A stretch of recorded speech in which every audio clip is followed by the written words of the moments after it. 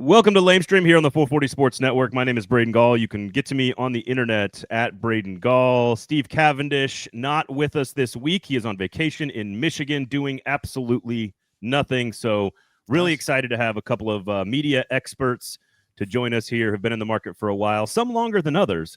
Paul Kuharsky of paulkuharsky.com, Adam Vingan of 102.5 The Game. Paul, Adam, good morning. Sirs, how are we? Very well, thank you. I am also doing well.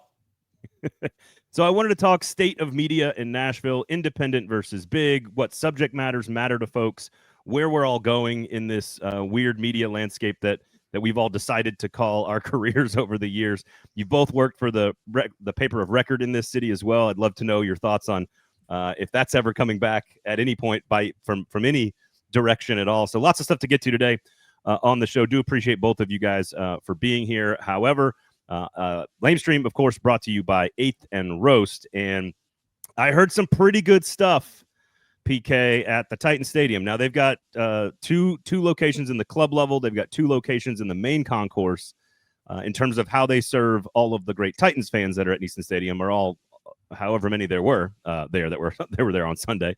But also in the press box, and I've heard some pretty good reviews about the 8th and Roast coffee in the press box and at the Titans facility, for that matter.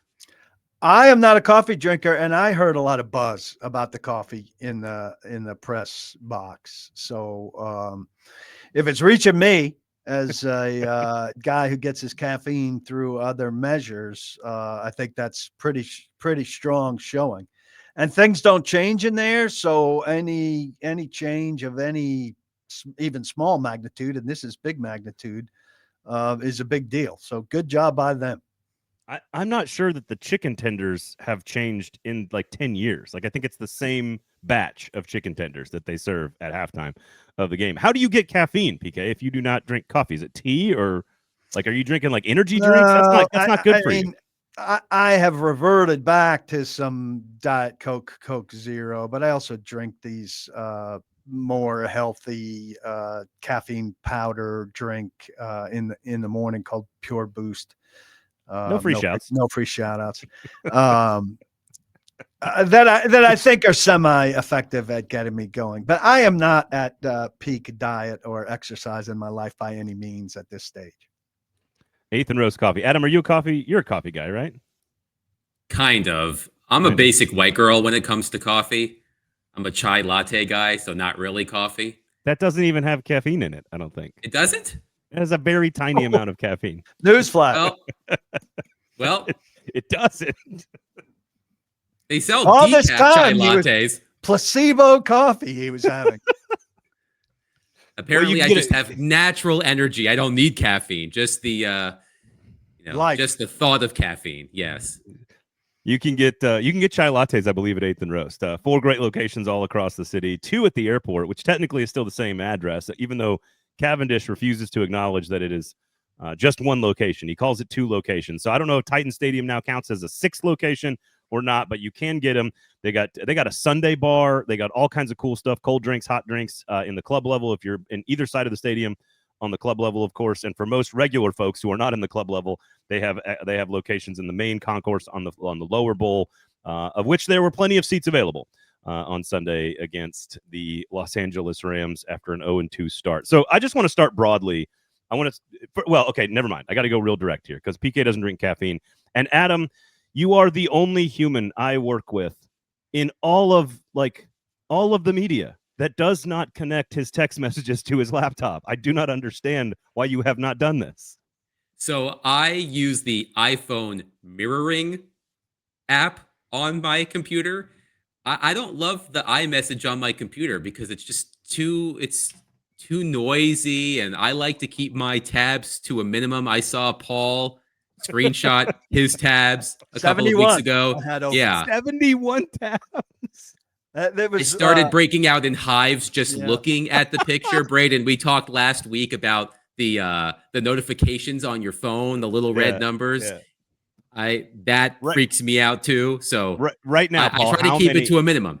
Paul, right now, how many missed count. text messages and what's your red number right now on your text app and your phone app and your phone calls? I'm nervous. I'm very What do you nervous. got, Adam? I want to know what you got, Adam. Text is 64. 64 unread text messages? Yeah, well, I mean, they're not Look unread. at that phone screen. Do you see a single notification on it? I got two. I have Not 16. I have 16 just on Sleeper. Oh my God. This number 2 on Twitter, and I have on here it says 50. This 2 right here is it's bothering me right now in this conversation. This 2. I don't know that you guys should be so proud that you're. Look at that clean phone. Anxiety filled. You should relax. It's actually the other way around. It means you're like.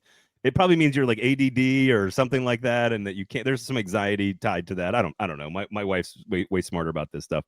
I do have 12 voicemails, but that's because it's all like lenders trying to get my information.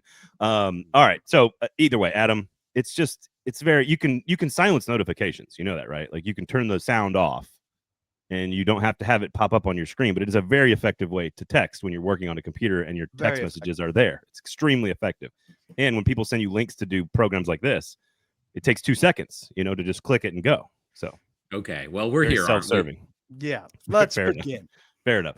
All right. 8th and Roast, everybody. So I want to start broadly. If you had to analyze the Nashville media market, there are more independent locations and in outlets than ever before. There is more creativity probably than ever before. There is less editorial control and oversight than probably ever before.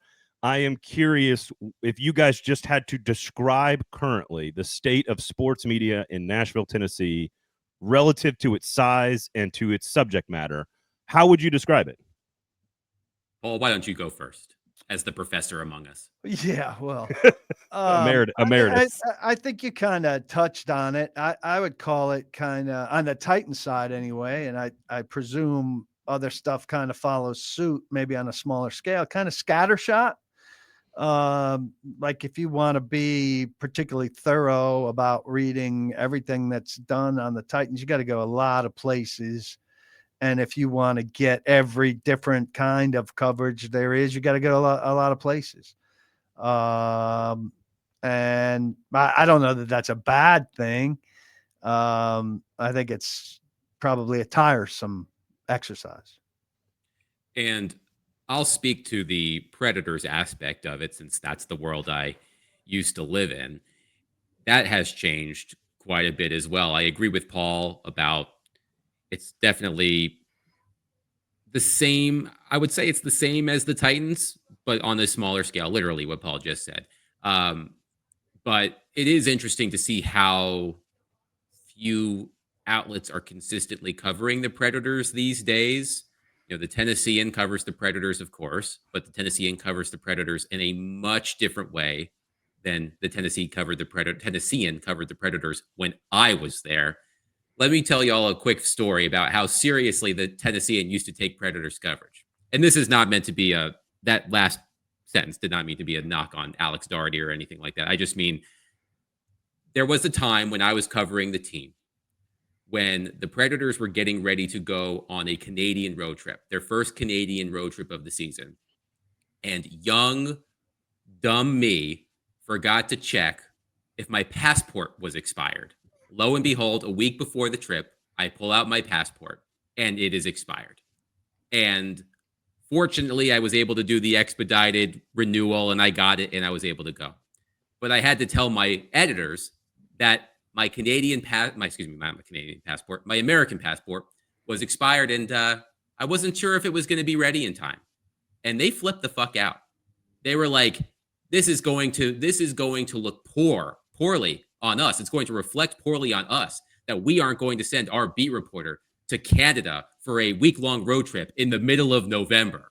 Like that's how seriously they took it. Like, hey, if we're not going to be able to spend thousands of dollars to send you to cover 4 games in Canada, games number 15 through 20 of the season. Like that's how seriously they used to take it. Now, I don't think the Tennessean travels at all. Of course, the Athletic never replaced me. I've been gone for more than 3 years, and nobody covers the Predators for the Athletic. Rex Rode has a different job now within the Athletic, so he never writes about the Predators anymore. He contributes to like these league-wide stories where he has to write a paragraph, but he doesn't write columns or analysis on the Predators anymore. Of course, there's lower broad hockey and the gold standard, but after that, there really isn't anybody who covers the team on a regular basis anymore. So that's certainly changed from the hockey perspective. What is PK? What is the benefit? Because what you're both describing is extraordinary fragmentation. That is not a Nashville thing. That is a national thing, and it's getting worse as massive companies are consolidating all over the place, and we get down to 3 or 4 media companies that own basically everything, from streaming services to movie theaters to newspapers to whatever. But what are the benefits on a local level, if any, that fragmentation can provide to both the media side of this and the fan consumption side of this? Well, I think if you put it all together, you can get a pretty complete picture.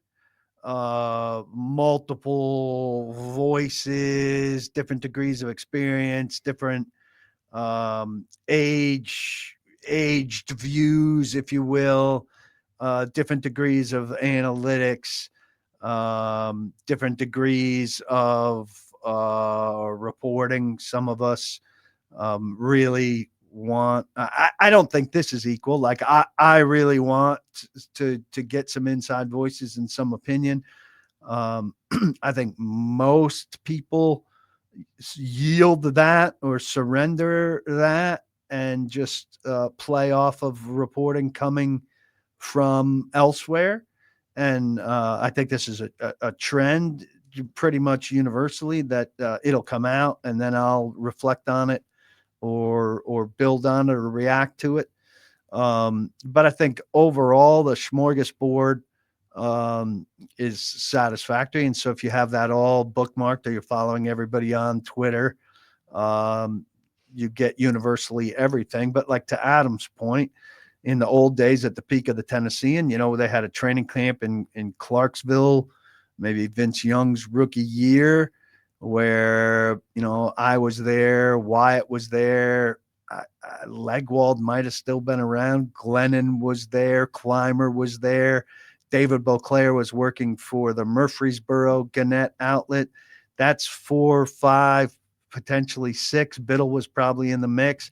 I mean, we blanketed that thing. You didn't need to go anywhere but the Tennessean to find out everything and to hear a variety of different voices. And I don't think anybody really has the resources, the energy, or the interest in blanket coverage like that now. And by the time people are hearing this, Predators training camp will have started. The first on-ice practice is Thursday. And I intend on going to training camp practices as often as I can now that I can, because of the change in the show lineup at 102.5. But when you go out there, you're probably not going to see too many people. You'll see Braden. I'm sure you'll be there. I'll be there. Willie Donick plans on going out there. Emma Lingen, Alex Doherty, Robbie Stanley. Like, that's probably it. I may be missing 1 or 2 people, but there just aren't that many people in town who devote the energy or resources to covering the hockey team. Now, some of that is the team has been bad in recent years. And unlike the NFL, where the Titans, of course, are also bad, you can be a bad NFL team and people are still going to care. In hockey, it's much harder to generate that interest when your team isn't competing. And that'll be interesting to see, because I did see a spike in interest in the Predators at this time last year because of all of the moves they made in free agency. There were people who came from out of town. National reporters came to Nashville to cover training camp because they wanted to write about Steven Stamkos and the other players that the Predators brought in. But now that the team is coming off of arguably its worst season in franchise history, none of those people are coming. And I'll be interested to see how the coverage of the team continues to morph, because over the past few years, as resources have dwindled and the Athletic has skipped town basically, and the Tennessean isn't spending the money to send Alex Daugherty to every game like they did when I was there. I mean, it's harder to get that in-depth coverage that you really want. Now, to be very clear, I want to be honest with everybody here. Like, I am in my 40s. Paul is older than me, and Adam, you're in your 30s. So, like, we are also middle-aged white guys here. Just got to point that out. 30s, 40s, 50s. 50s. And so I just want to point that out because I do not consume short-form video content. That is not how I consume basically anything except for maybe my favorite comedians. That might be it. I can get a lot of like hour and a half long specials down into 60 seconds if I want 15 minutes of doom scrolling at any point during my day. I really don't enjoy it. My brain feels like it. I can feel it turning to mush after like the third video. So I put it down pretty fast. But it means we're Good for getting you. Great discipline. I did not put it down pretty fast. I can feel myself like sink. I feel like the character from WALL-E, like all the humans in WALL-E, you know, that like sit around on their hover rounds with like a 65-ounce Mountain Dew and just like float around. Like I can feel myself turning into that character. Paul, it's you haven't had a child young enough to watch that in a long time. No. I'm curious, as you know, that being said, what are your favorite, like I'm guessing Yankees for you, Paul, and Duke basketball for you, Adam. That if you had to say, like, hey, what do you consume the most content of as a fan? Is that fair? Are those the two teams? Yes, correct. Absolutely. And I think the coverage of the Yankees has gotten, the Athletic had a terrific Yankees reporter, Lindsay Adler, who's been gone for 3 years, probably. Their replacements are 2 people. They're nowhere near as good. I tell them in the comments, I've stopped bringing up her name, but I tell them, like, this is not sufficient to what you're doing here. It's not athletic standards. I wish we had better people on the Yankees like he used to. I also read a lot of Chelsea stuff, and the Athletic covers the English Premier League tremendously well. Okay, so in Yankees, let's start with the Yankees then. Where do you go, and what type of content are you looking for? Is it just reporting? Is it just story writing, beat, whether it's beat reporting or columnists or long form? Is that just your favorite? Much. Yeah, I mean, I go to the Athletic primarily. They've got 2 guys, and it's a little bit too much quick hit recap. I mean, I do want some stuff on the game, like what did that mean and where did they go next and stuff like that. But Lindsay used to provide like a really inventive, clever-eyed features that took me places that I hadn't been before, and I haven't been since. And so I think she was kind of a one of a kind beat writer who is destined for bigger things, and spoiled me. Also, John Boy, who's created a 65-person empire, who is the lip reading guy who does the incredible breakdowns that go far beyond the Yankees. But I'm interested in what he has to say about the Yankees, and that's all video stuff. Unfortunately, he took his best friend with him, who's not nearly as talented as he is, and so I have to listen to idiot sidekick in order to hear the guy I really want to hear. Adam, Duke basketball. Yes, correct. I gravitate toward long form feature writing because that's something I enjoy doing myself. The Athletic has a tremendous reporter, Brendan Marks, who's based in the Triangle, who covers both North Carolina and Duke. So I just skipped all the Carolina stuff and read all of the Duke stuff. And the Athletic has a great team of college basketball writers, CJ Moore, among others. So, and because Duke is a powerful brand in college basketball, they do write a lot about Duke or include Duke in their stories, their national stories. So there's a lot to get to there. I do read local coverage, the Raleigh News and Observer. I think the USA Today network has one reporter based in Durham or Raleigh or wherever who covers Duke and then farms out all of those stories to the smaller papers in North Carolina. If I recall correctly, his name is Steve Wiseman. And then I read, Rivals has a good reporter. There are a lot of fan podcasts that I like listening to. Is it the Field of 64? Like, what's the, I 68. can't. So the Field of 68. Field of 68, I think, is Jeff Goodman Yes, and a bunch of other former players. And I think it's Hansborough, Randolph Childress, so two of your arch rivals there. Yes, but I think they do. I think they do a good job. Yeah, they've built an empire around college basketball, but it's very much live, short form platform, video platform content. Right. Like, for me, Brendan Marks, for example, wrote a story a couple of weeks ago, like this in-depth breakdown of basically every Duke rotation player for the upcoming season. It had to be thousands of words, and I read the whole thing because I find that interesting. But I think I speak, and Paul as well. I think we speak for a lot of sports fans that we all have our particular tastes. And I'm like you, Braden. I don't love the short form video stuff unless it's highlights from a game or something like that. But in terms of getting information from them, I'm old school. I like to sit down and read. And Paul, maybe this is more for you. I find it fascinating that one of the things, like if you check out my personal YouTube algorithm for shorts, it's basically Arsenal highlights.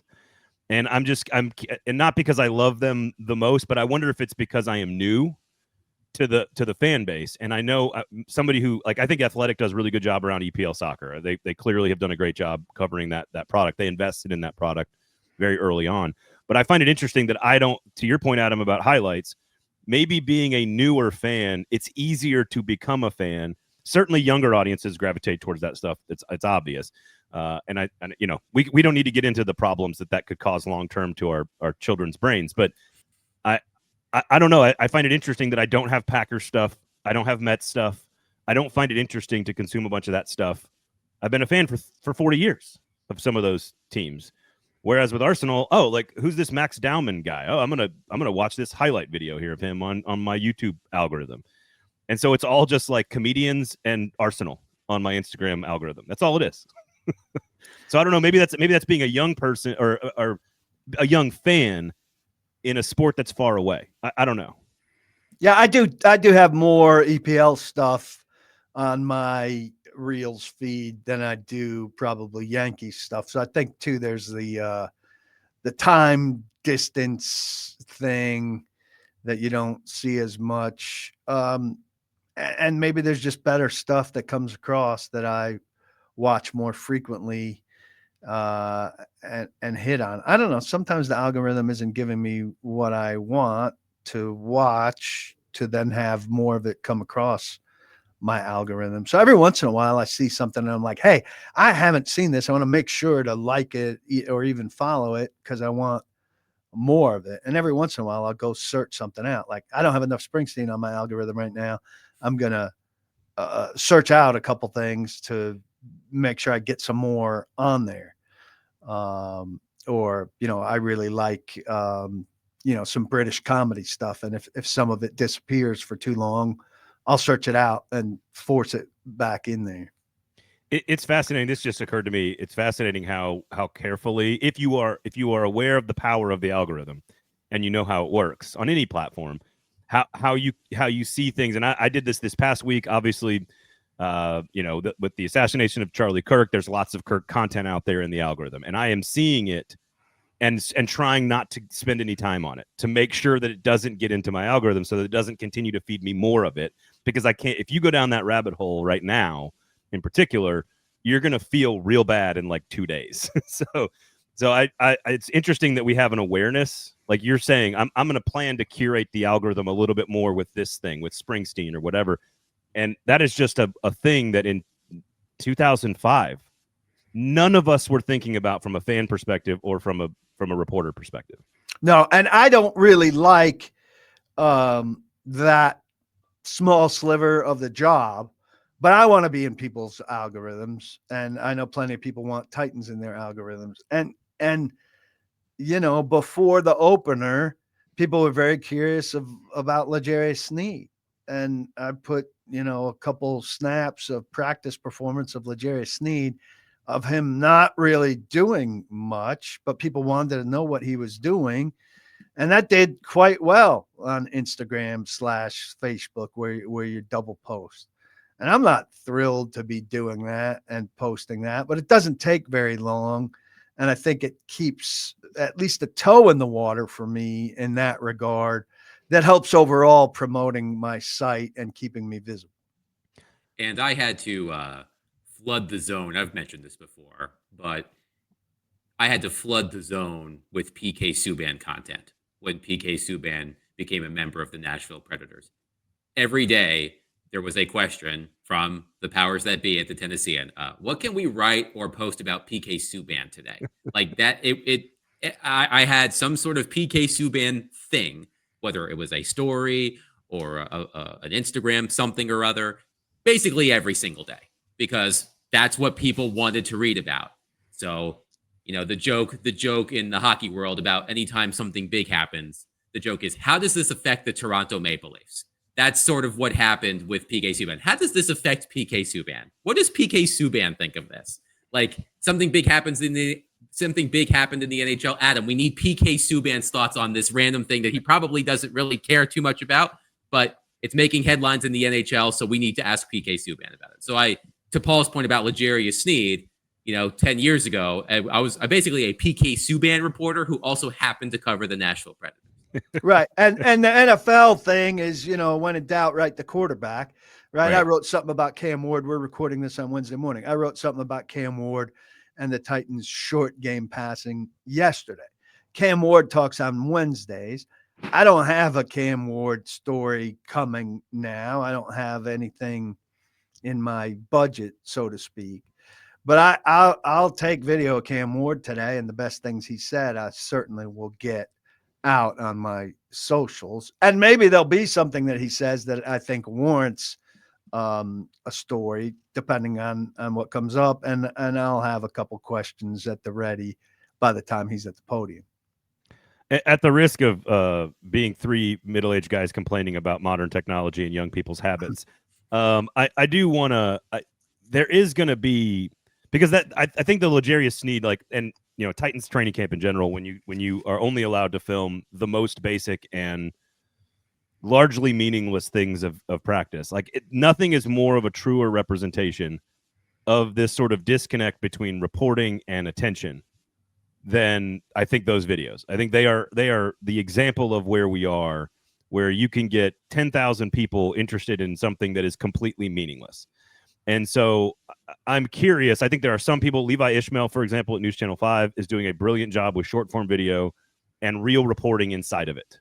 Now it's easier to do because the Titans don't give us access, to see all the stuff that actually matters.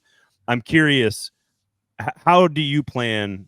Because I want to know what corners of your subscriber base, Paul, and maybe it's just the fact that they are subscribers, that people still crave this long form stuff. Adam, you're reading thousands of words on role players for Duke basketball. People still want this stuff.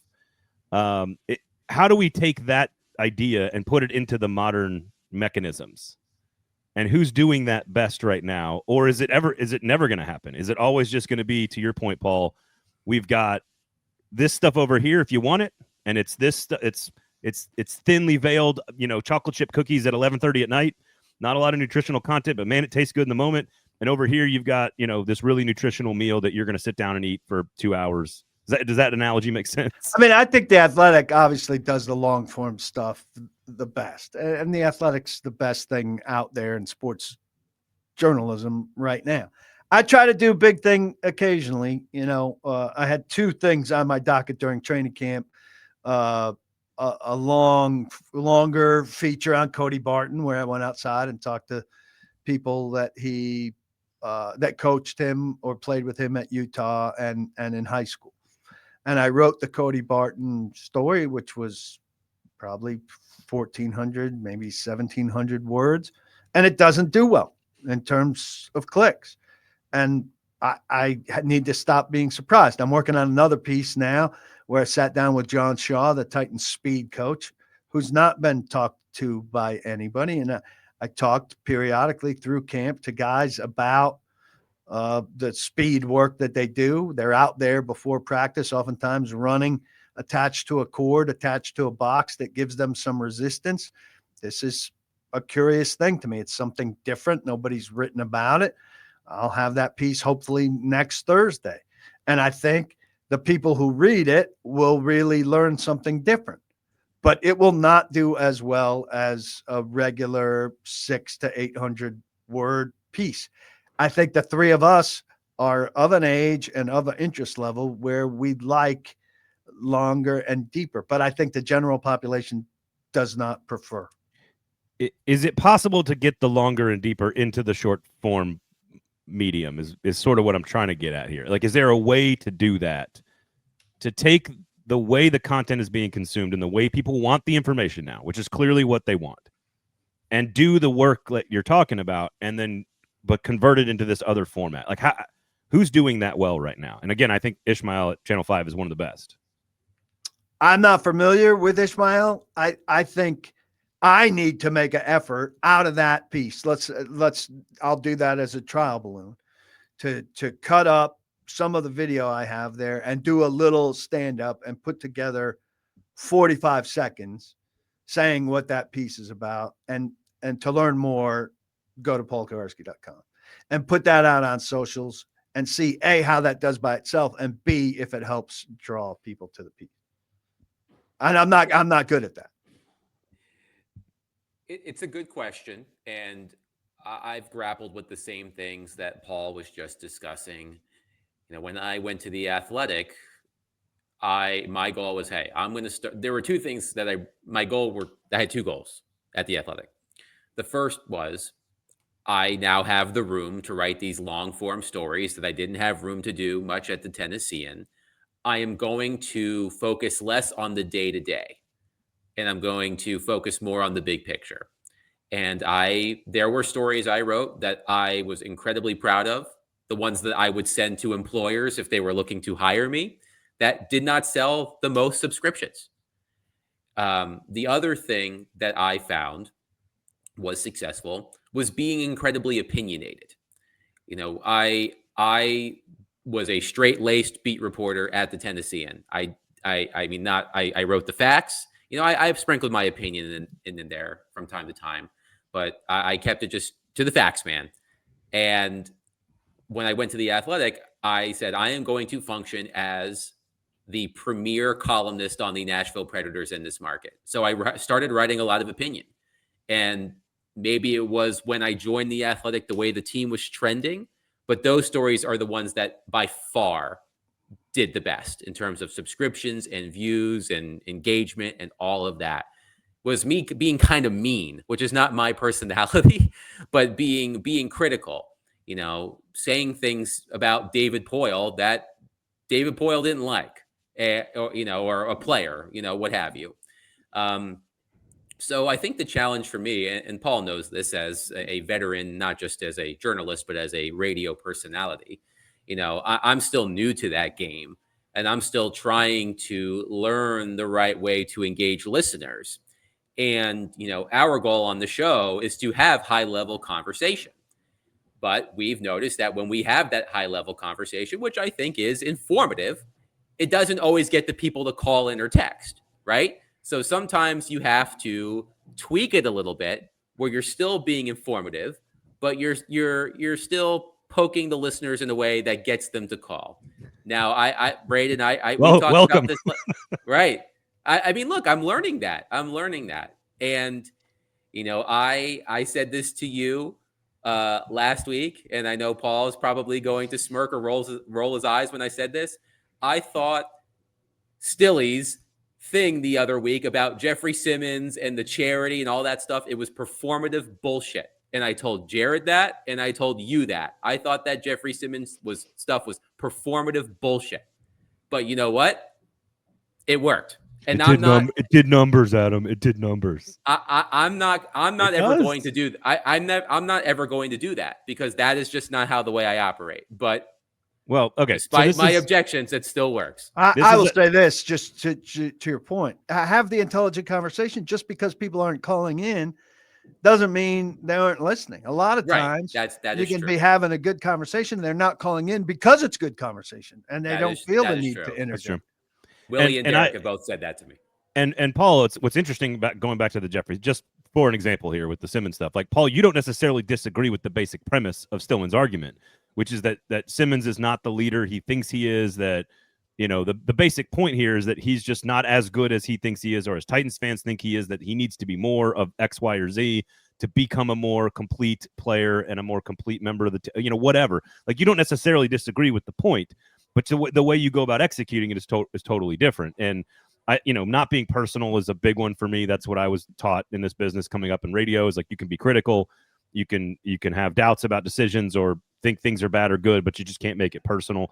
And unfortunately, and this is a perfect segue into this part of the conversation, which I want to know from both of you, do you think that style of execution of radio is now going to be mainstreamed in our digital spaces, where the podcast, which is totally saturated market now, where the podcast used to be that long, critical, informative, interesting conversation, that now because everything is video, because everything is live, because it's more like radio, and that's where young people are, that is now, they want the opinion, they want the enragement, they want the rage bait, they want the divisiveness and the fighting and the back and forth, and that's what they want.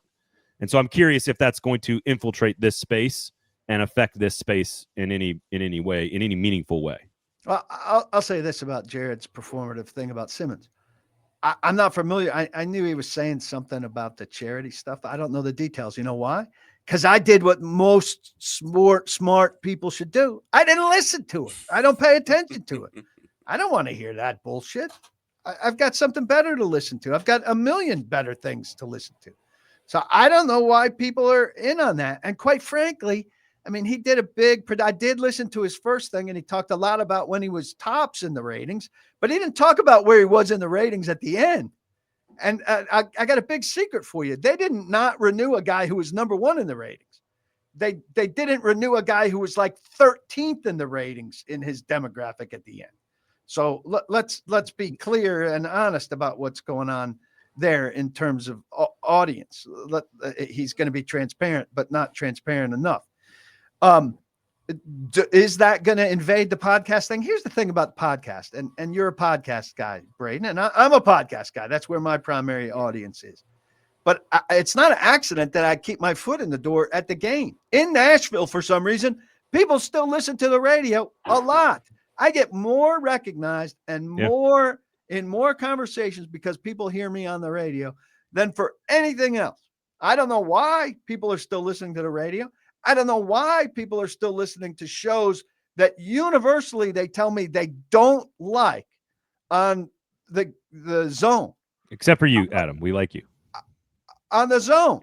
I have conversations constantly with people who tell me they listen to it and they don't like it, or that they listen to Stillman and they don't like it, when there are a million alternatives. There's something about Nashville where people have to listen to their FM radio dial. I don't think it's that way in other cities, but I think we're a minor league city in a lot of ways still, with how we root, how we feel about our teams, and what we do with what we listen to. I think this is really interesting. I think it's minor league isn't necessarily the term I would use. I would say casual or fair weather, because I think Nashville as a city is very fickle in general with its entertainment choices. I think that's minor league. If you're really you look for the best, and you want to know, and you find the best people and the best stuff. And our stations don't even make an effort to hire the best people necessarily. Is this because, Adam notwithstanding, of course, is this because Nashville is relatively new to its size, relatively new to its place in professional sports? I would argue that there is a whatever you want to call it, like the Southern hospitality, be cool to celebrities kind of vibe that Nashville is just always like, I don't want to say aloof, but even you go to, accepting is the right word. Nashville will leave a party so fast if it is not cool. And I don't even know how to define that. Like, as a not cool person, I don't know how to define cool, but I feel like that is true for all things in Nashville. And then you sprinkle in transplants and sort of only being relative. I mean, look at Nashville SC, look at the Preds, when they are good, they still, Vanderbilt's a little different because it has a very, very small alumni base. But even when all of these products are very, very good, it is still difficult to get people to come to games in general. Now, in the Preds Stanley Cup run, that wasn't hard. because it was crazy. It was a first-time thing. And I do think there was a lot of blue-collar, dedicated people like you're asking about, Paul. I think there was a lot of people that were in there, and then they got priced out. So I don't know. I'm rambling here, but I think that these are all the things that I think work together to create this sort of like this blasé kind of vibe in the city around sports, I think. Well, let me ask you guys this question. So Paul is a fan of the New York Yankees. He is familiar with the New York market. It has been long established as one of the premier sports markets in our country, or perhaps the world, right? So many different teams, so much history, right? As Braden said, Nashville as a major league sports market is still in its infancy, I would say. I mean, it's at least on the leaving that stage, but it's still a young market when it comes to, major league teams. Let's go back to what Braden mentioned, the 2017 playoffs for the Nashville Predators. And I was deep in that, covered every game, home and road. I saw it all. I saw the crowds on Broadway, all of those Nash hats that sold out. It was the hot thing to do. If you were in Nashville and you wanted to be seen, you went to Broadway and you stood outside and you watched a Predators game. Even if you had never watched a Predators game in your life, that was the place to be.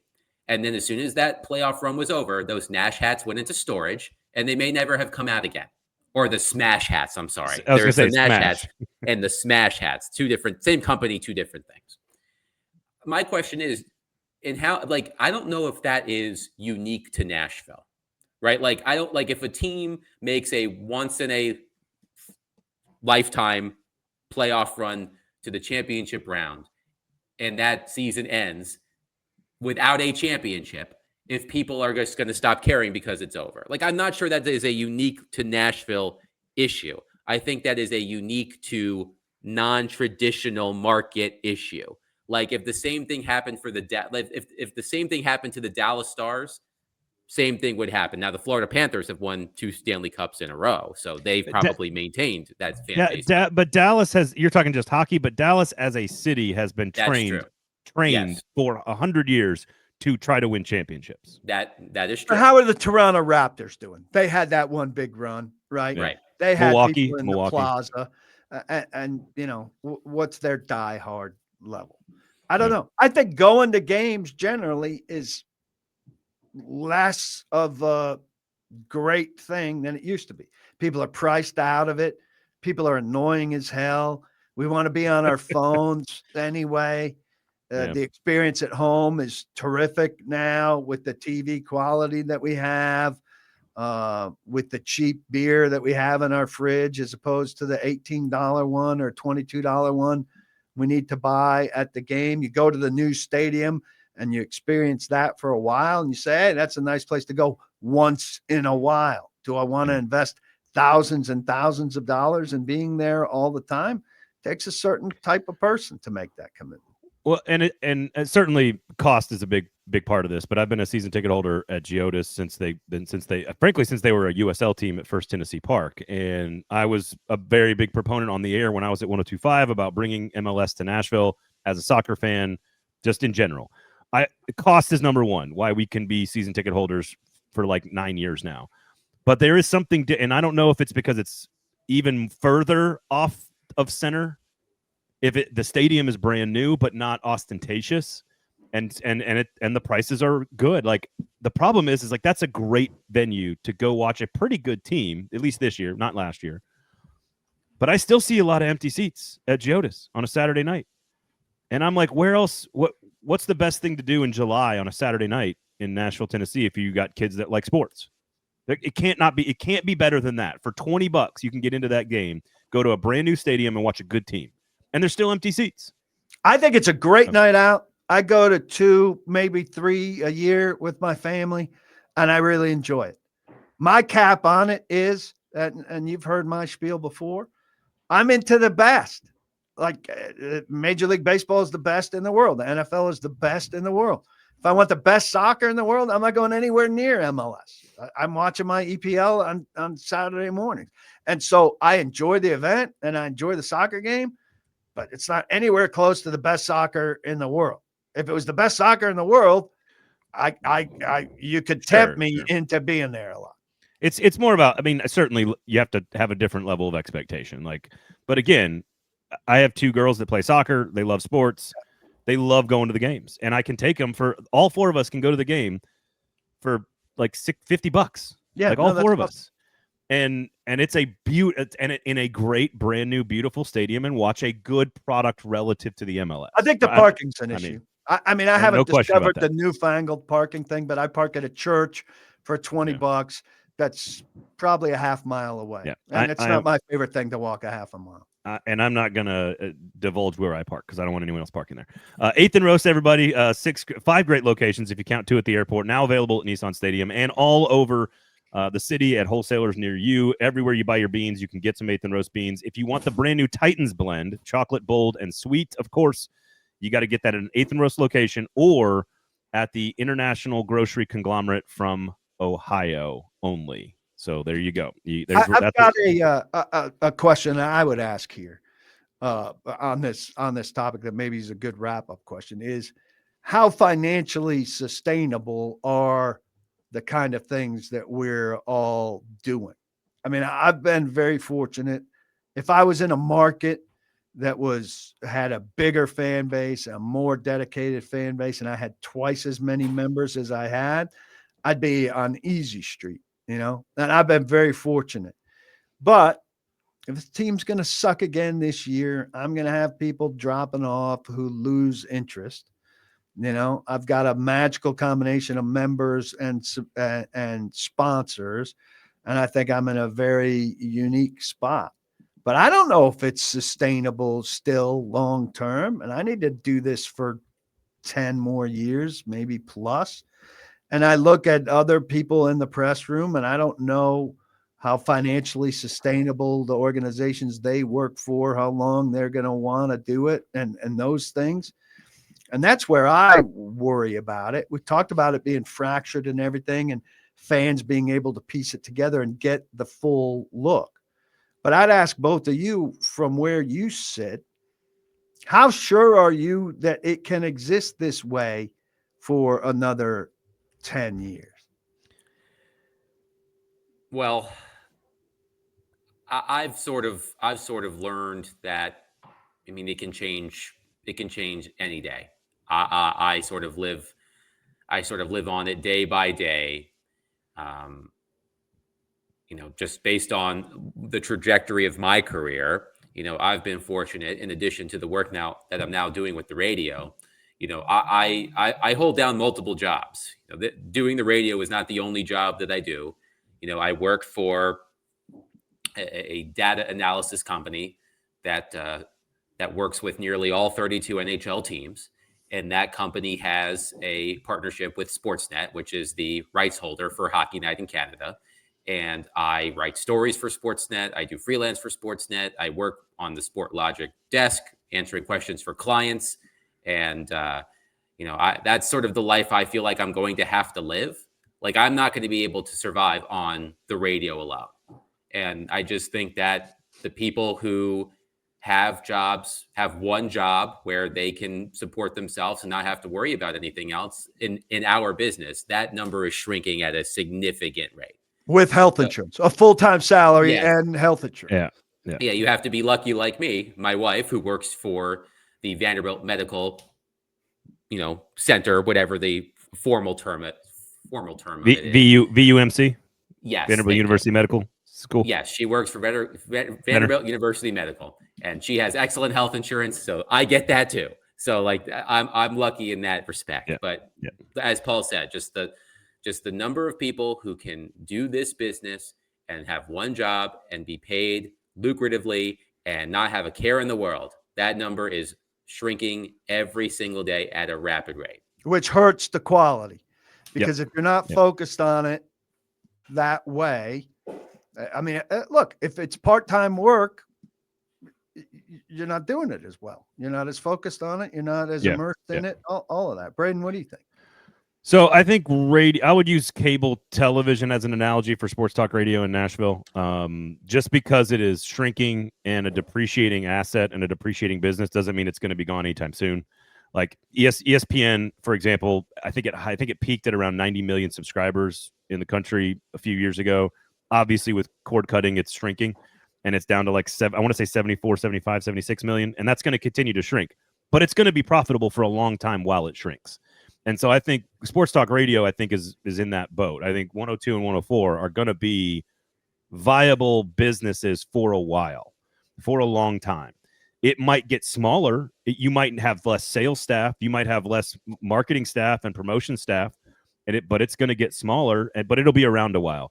I think I think what you're doing, Paul, and to me, for what we're doing at 440 to a lesser extent, because I'm kind of trying to be a little bit broader. I think local is a key winner in all of this. Because what's disappearing from our diet, and this is from newspapers, it's from everything else, is good quality local on granular coverage of what's happening, sports or otherwise. So I think whoever steps into that space and figures out a way to do it is still going to be mildly successful. Rich, I don't know, but I think successful. I think sustainable. I think focused on one subject. I think independent. I think local, and I think agile. If you are fast to adapt to what people want and how they want it and where they want it, I think those are all valuable things that, at paulkuharsky.com you can do. 440 to a lesser extent, but still that's the goal, is to try to be as adaptable and as quick moving and as small and as independent and as local as possible. I think the one thing that could help people like you and I, PK, in this sense, Adam, maybe if you were in the same small, like independent space, AI is going to take a lot of jobs from a lot of bigger companies. It's going to, you look at the budget for movie making, for example, a $200 million budget to make a movie, that's going to be shrunk down to 20, 30, $40 million pretty quickly, because AI is going to take a lot of the jobs, whether it's, whatever it might be. But for a small operation, my opinion, 440 or paulkuharsky.com, I think that is where AI adds a lot of value. Because what I'm learning is that I don't have the production staff to do clips for all 12 shows at all times and post them across all platforms. But AI is going to help me generate those clips so that I can distribute them. So there's going to be little elements to the job that I think AI is going to help with the small independent shop. And as long as the small independent shop is focused on adaptability and local coverage, I think there's a place for it for a long time. I don't know how big the pie gets in a place like Nashville that is not 9 million people. That I wonder about. I think there is a cap to to sports coverage in this particular city, but I think there's plenty of space for it. And I do think as the younger generation ages out of the social media rage bait that we live in right now, I do think they're gonna age into, I need a little bit more. I want more like a 1,200 word story. I don't need the 600 words. I don't need the 30-second video. I'd like the 20-minute conversation. And I think that's where YouTube plays a big role as well. So that's a long-winded answer, but I think there is lots of opportunity. You just got to see where it's going and then figure out how to maximize for your audience, if that makes sense. I hope you're right on a lot of that stuff. I'm less confident. Anyway, if you want great coffee, where should people go, guys? 8th and Roast. 8th and Roast, everybody. There it is, 8th and Roast right there. Well, this went a little bit longer than I expected. I didn't even get a chance to ask you about like the death of the editorial board in media. It's just different now, right? Like, but I got lots of other questions I can ask you guys. But I really appreciate you stepping in and filling in for Cav. This is way better than anything Cav would say. So thank you guys for both doing that. Adam, where can people find you and listen to you and get all your work? Please promote what you're doing, man. You can listen to me daily from 3 to 6 p.m. on 102.5 The Game with Willie Donick and Derek Mason. Hockey fans, you can find my work at Lower Broad Hockey as well as sportsnet.ca. There you go. PK? paulkuharsky.com. Check it out. Super easy. You can catch him, of course, with me on a football show on Mondays-ish, mostly, on the 440 Sports YouTube page. You can listen to his show as well, Paul Kuharsky Podcast. So much good stuff out there. Do appreciate both of you. 8th and Roast, everybody. And then maybe next week, PK, will be talking, and Adam, on your show as well, we'll be talking about something more than another terrible offensive performance by the Tennessee Titans. But I'm not holding my breath.